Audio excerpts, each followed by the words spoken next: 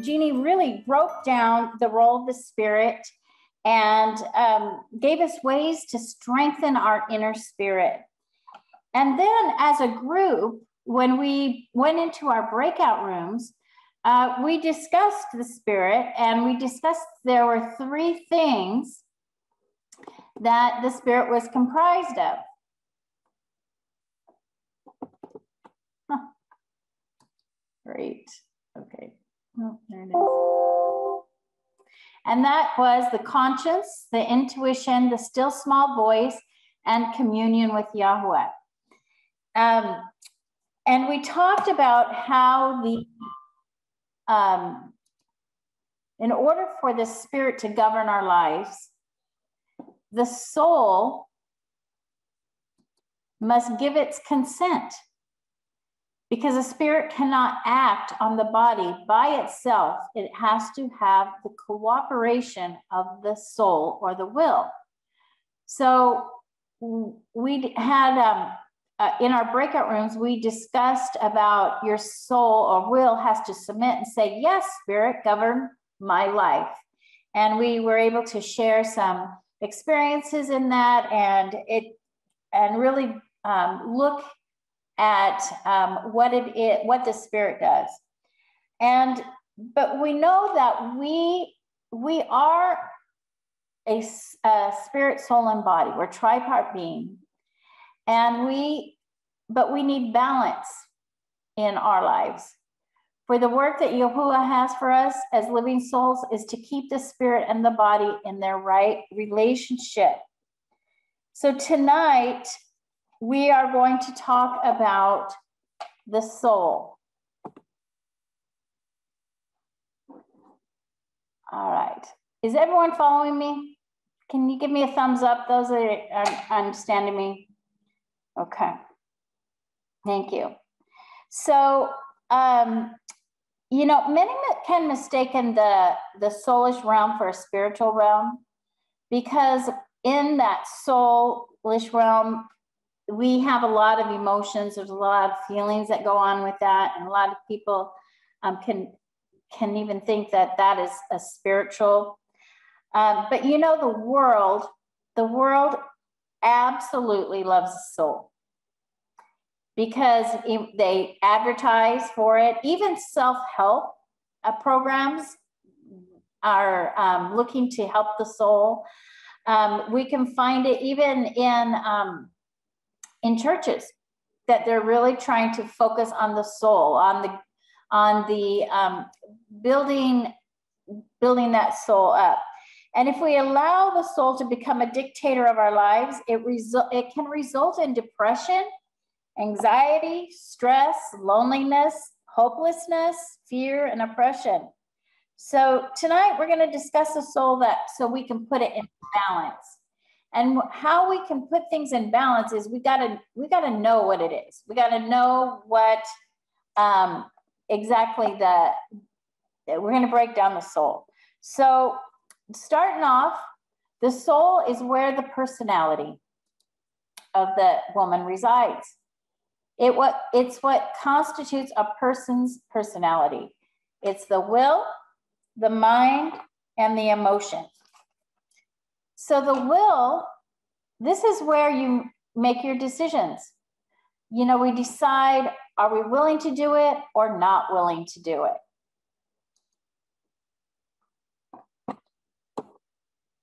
Our mind is the instrument of our thoughts, the manifestation of our intellect, our logic, our reasoning, our intellect, and our emotions.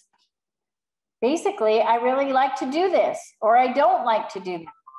Emotions can be taken to an extreme, even like I hate this or I love that. So the Hebrew word for soul is NEPHESH. And we see here in Psalms 27:12, says, deliver me not over unto the will of mine enemies, for false witnesses are risen up against me, and such as breathe out cruelty. Now, I wanted to show you a couple of things on this because when you look up scriptures, and maybe many of you know this, and I would ask for those sisters that have been with us or been really studying the scriptures for a while and are maybe a little bit more mature in the word and things like that to have a little patience in, and as I kind of break down some things for some that haven't understood this yet. And so I'm just going to take us to this scripture, Psalms 27:12. And we're going to look at the word will. And in it, I copied it again using my eSword program, which is a Bible program that shows you the numbers of the words in the Strongs. And so the Strongs will take you back to the true meaning of that word. So here we see will is H5315. And over here on the side here, I copied and pasted that so I could show you what it means. So the Hebrew word for will is NEPHESH. And if we read this, what does it say? Properly a breathing creature, that is animal or abstractly vitality. I mean, an animal, when you think about it, an animal doesn't have a soul. I mean, it has a soul, but it doesn't have a spirit. It's impulsive. We'll continue on. Used very widely in a literally or accommodated or figurative sense, bodily or mentally. Any appetite, beast, body, breath, creature, deadly, desire, content, fish, ghost, greedy, heart, hearty, hath, jeopardy of life, in jeopardy, lust, man, me, mind, mortally, one, own, person, pleasure, herself, himself, myself, thyself, them, yourselves, slay, soul, tablet, they, thing, she, will, would have it. So these describe a soul. All right, and even if we look and go further in Psalms 41:2 here, it says, Yahuah will preserve him and keep him alive, and he shall be blessed upon the earth, and thou wilt not deliver him unto the will of his enemies. In other words, the desires of his enemies, which desire is one of the lists within understanding what the soul means. So the will is, I'm going to move on to the next scripture, which will show you also here. Ezekiel 16:27, behold, therefore, I have stretched out my hand over thee, and have diminished thine ordinary food, and delivered thee unto the will of them that hate thee, the daughters of the Philistines, which are ashamed of thy lewd way. So here the will is talking about greed, and greed is connected to the will. This is all a soul, the part of the soul. And we don't want to be in the soul. We want to get out. And many times we spend a lot of time in the soul, in the soulish realm. And then here, I wanted to show you scriptures that back up that the soul is the intellect. And in Proverbs 19:2, it says also that the soul be without knowledge. It is not good. Proverbs 2:10, when wisdom entereth into thine heart, and knowledge is pleasant unto thy soul. So knowledge is pleasant to the soul. In Proverbs 3:21, my son, let them not depart from thine eyes. Keep wisdom, keep sound wisdom and discretion. Proverbs 24:14, so shall the knowledge of wisdom be unto thy soul when thou hast found it, that there shall be a reward, and thy expectation shall not be cut off. So does that mean that we shouldn't have knowledge or study our scriptures? No, we should be doing that, definitely. But we don't want it to be the only thing we do. We want to keep things in balance. So here the soul has expression of emotions and desires.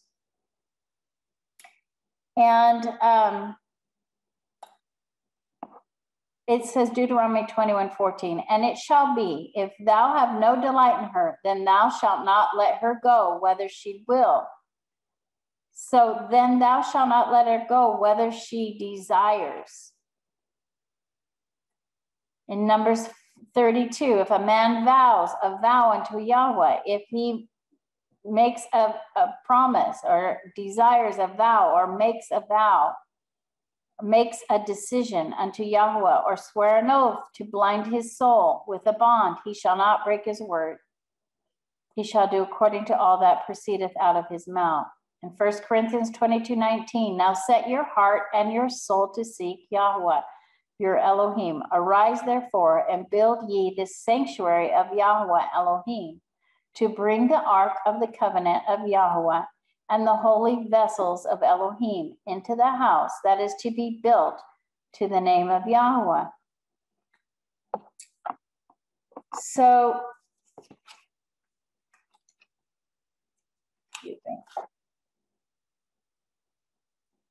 these we can break down our emotions into three parts. Emotion of affection, the emotion of desire. Sometimes these emotions we think are our spirit, but they are not but they originate in the soul realm. The battle we are up against is the natural world. We live in that continually, and it is always building up what we're trying to crush, which is our soul and our flesh. And then we have the emotions of feeling and sensing. So if I break down the emotion of affection, you'll see in Psalms 1:7, you who my soul loves. These words, loves, magnifies, vexed, love. You see, those are more affectionate emotions. Whereas the emotions of desire show up in Deuteronomy 14:26. And thou shalt bestow that money for whatsoever thy soul lusteth after. For my soul longeth, yea, even fainteth for the courts of Yahuah. My heart and my flesh crieth out for the living Elohim. And lastly, Psalms 119:20. My soul breaketh for the longing that it hath unto my judgments at all times.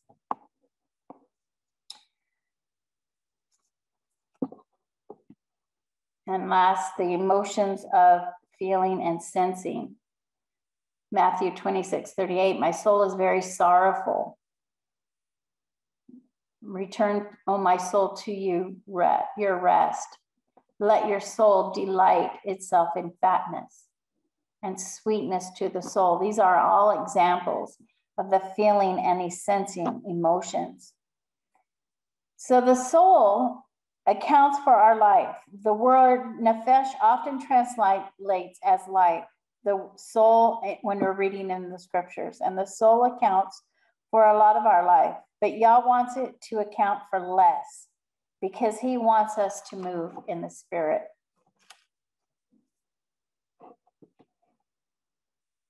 However, you are a spiritual anomaly, however you say that, that can alter you and other people's destinies by intercession. In submitting to the spirit to overcome the soul, we need to be still and wait upon that still small voice. A lot of times we're busy in our minds or just busy in our lives, but if we're really wanting to move in the spirit, having that quiet time with Yah is really important.